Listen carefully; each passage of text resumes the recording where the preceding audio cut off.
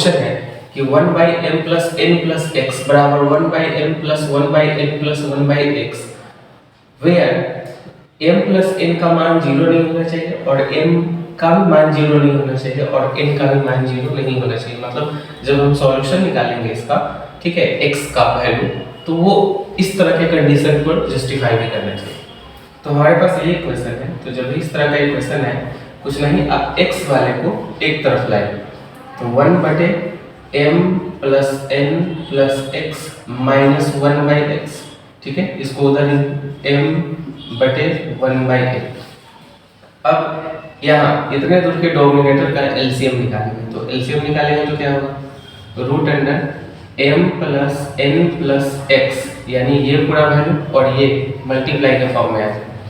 तो इससे ये पूरा कैंसिल, ये बचेगा, तो 1 की जगह पर यहाँ x रिप्लेस हो जाएगा, माइनस x से x कैंसिल, ये बचेगा m + n + x बराबर, अब इसका एलसीएम निकालेंगे, तो m और n का एलसीएम निकालेंगे तो दोनों मल्टीपल के फॉर्म में आएगा, m से n कैंसिल, n + m हमें यहाँ मिलेगा, ठीक है। अब आगे, अब जब ब्रैकेट इसका ब्रेक करेंगे तो x - m - n - x bye x से मल्टीप्लाई यहाँ कर सकते हैं, ठीक है, x से मल्टीप्लाई करेंगे तो आ जाएगा mx + nx + x² बराबर, इसे m + n × mn के फॉर्म में लिख सकते हैं, यानी m को पहले लिखते हैं, n को बाद में। तो यहाँ x से x कैंसिल, फिर से x से x कैंसिल और हमारे पास बचेगा m - n। यहाँ फिर से क्या करेंगे, यहाँ से ना जब हमारे पास बचेगा -m - n, तो यहाँ से माइनस को कॉमन करते हुए लिखेंगे m + n, साइन बदल जाएगा जब माइनस को कॉमन करेंगे। फिर से नीचे बचेगा mx + nx + x² बराबर m + n/mn। mn से mn हमारे कैंसिल आउट होगा, ये क्रॉस मल्टीप्लिकेशन में इधर जाएगा और यहाँ कुछ नहीं बचा, मतलब 1 बचा, इधर क्रॉस में वो उधर जाएगा, तो हमें मिलेगा ये -mn बराबर, ये क्रॉस में उधर mx + nx + x²। इस सारे वैल्यू को उठा के बराबर को उधर रिप्लेस करेंगे, जब रिप्लेस करेंगे तो हमें मिलेगा 0 बराबर x² प्लस, यहाँ से हम लोग x को कॉमन कर सकते हैं, तो मिलेगा m + n और ये उधर जाने के बाद आ जाएगा प्लस में, इधर माइनस में है तो उधर जाने के बाद प्लस में m × n। तो ये हमारा क्वाड्रेटिक इक्वेशन के फॉर्मेट पर आ गया, x² dx + c, ठीक है।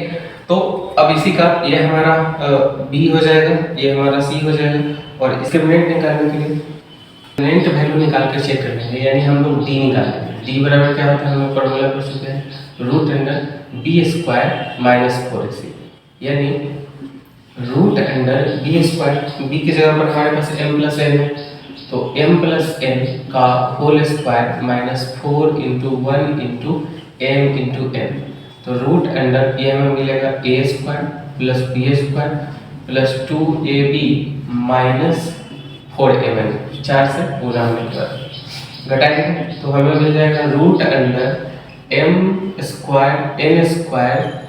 4mn में से 2mn घटेगा तो हमें 2mn मिलेगा। तो ध्यान से देखते हैं, ये a² + b² - 2ab, यानी ये फार्मूला बैठ गया m - n का होल स्क्वायर, स्क्वायर से रूट वैल्यू कैंसिल हो जाएगा और m - n बचेगा, यानी हमें d का वैल्यू आया m - n। तो इस तरह से x का मान निकाल सकते हैं, x बराबर क्या हो जाएगा, माइनस फार्मूला होता है -b d/2a, ये फार्मूला होता है।